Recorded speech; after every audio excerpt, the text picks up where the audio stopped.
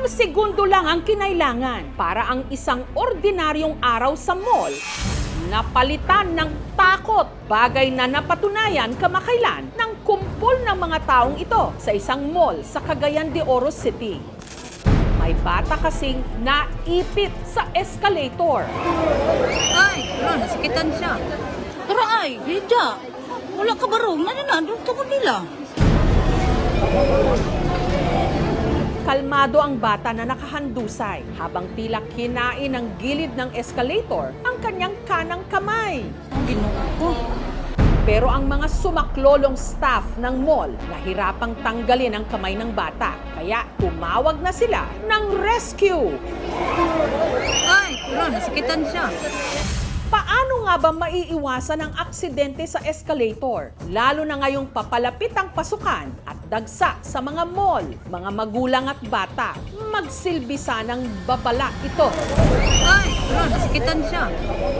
Sa mga nagba-back to school shopping po ngayon, bantayan po ang inyong mga kasamang bata.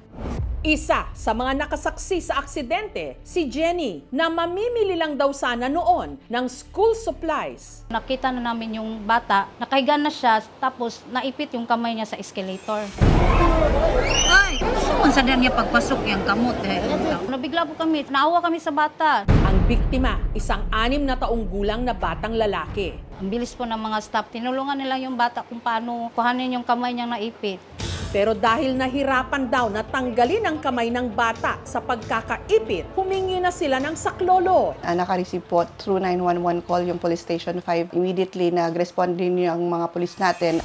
Mabuti na lang daw at ang escalator kusang huminto para matanggal ang kamay ng bata. Kinailangan pang kalasin ng mga rescuer ang bahagi ng tapakan ng escalator kung saan ito naipit. Kalmado lang po siya, habang tinatanggal na siya, yung pag yung magalaw yung kamay niya, masasaktan siya, doon siya sisigaw.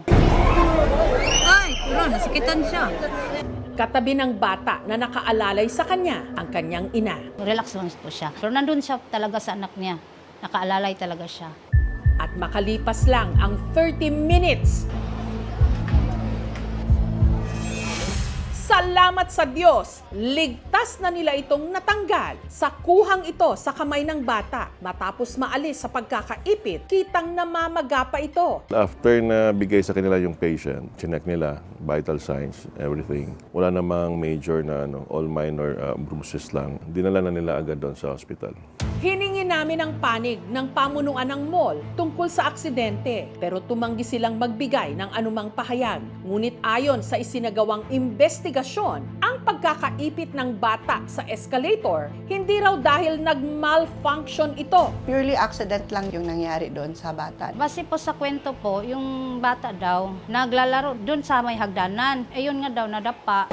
Ay, wala, nasakitan siya. Pero ano nga ba ang punot dulo ng aksidente? Hinanap ng aming team ang pamilya ng bata. Natuntun nila ang ina ng bata na itago natin sa pangalang Celia, pero tumanggi siyang magpa-interview. Sa halip, ang kanyang ina o ang lola ng bata na itago natin sa pangalang Rosita ang nagpaunlak ng panayam. Sadya raw talagang malikot ang kanyang apo na si Jonel. Hindi rin ito tunay na pangalan. Si Jonel daw kasi nasa tinatawag na autism spectrum. Mabait na bata, pero sobra lang ka-hyper. Di ma-control. May mga batang may autism na tahimik, yung iba naman very hyperactive, no? So kung merong mga challenges sa kanilang sensory, natitrigger sila. Nasa mall daw noon sina Celia para bilhan ng sapatos si Jonel para sa pasukan. Kinder, karon open, grade 1. Gusto na kaya nga siya mag-aral. Every night, turuan siya ng mama niya. Si Jonel pala tumakbo papunta sa escalator. Nabuhian niya, gidagan din, wala ko na yung mga 5 minutes, 3 minutes. Wala ganyan ma-upsave. At sa hindi inaasahang pangyayari, ito'y nadapa at naipit ang kanyang kanang kamay sa escalator. Ay, wala, nasakitan siya. Nasyak sa tabo. Gahilak siya. Bless lang yun nga, wala kayong na ang bata. Kamusta na ba ang bata matapos ang nangyari? Okay na siya karon maglaro, pero masakit pa daw. Ang ina ng bata na si Celia, sising-sisi. Pinagsisihan gid niya, gigakos niya, umiiyak siya. So aware gid ka, bantayan nimo pag-ayo ang bata. Dili na ka magkumpiyansa. Gayunman, ang bilis naman daw siyang hinusgahan ng mga nakapanood lang ng video online. O dili gid na namo pinangga gid na namo. Kuan lang dili sila kuan sa tao, mag judgmental ba nga. Dili pod yun nga sayop sa ginikanan kay ang bata masyadong malikot. So disgrasya lang. Kailangan ipaliwanag sa anak, o anak, pupunta tayong mall ngayon ha. O so asahan mo, medyo maraming tao. Hawakan natin ng mabuti ang mga kamay ng ating mga anak. Isakay po natin siya dun mismo sa gitna ng platform. Huwag po natin silang hayaang tumalon-talon. Huwag po natin silang paupuin dun sa mga steps o dun sa mga platforms po. Ang kaligtasan po ng inyong mga anak ay nakasalalay po sa inyong kamay. Ang mga parents nga lakaw sila, dapat ang bata bantayan gyud. Wala ka baro, mananado ka ko nila.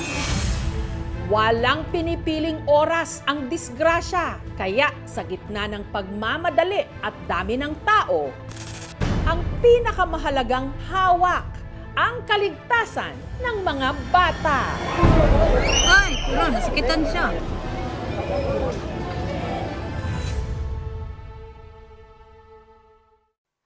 Thank you for watching, mga kapuso. Kung nagustuhan niyo po ang videong ito, subscribe na sa GMA Public Affairs YouTube channel. And don't forget to hit the bell button for our latest updates.